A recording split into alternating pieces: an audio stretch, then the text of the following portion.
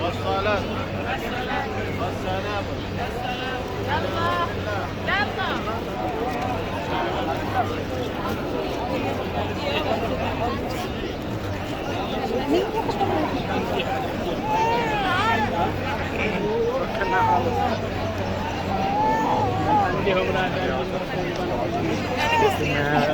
ਮੁੰਡੇ ਫਸਾ ਕੇ ਤੂੰ 2 ਮਿੰਟ ਛੱਡ ਦੇ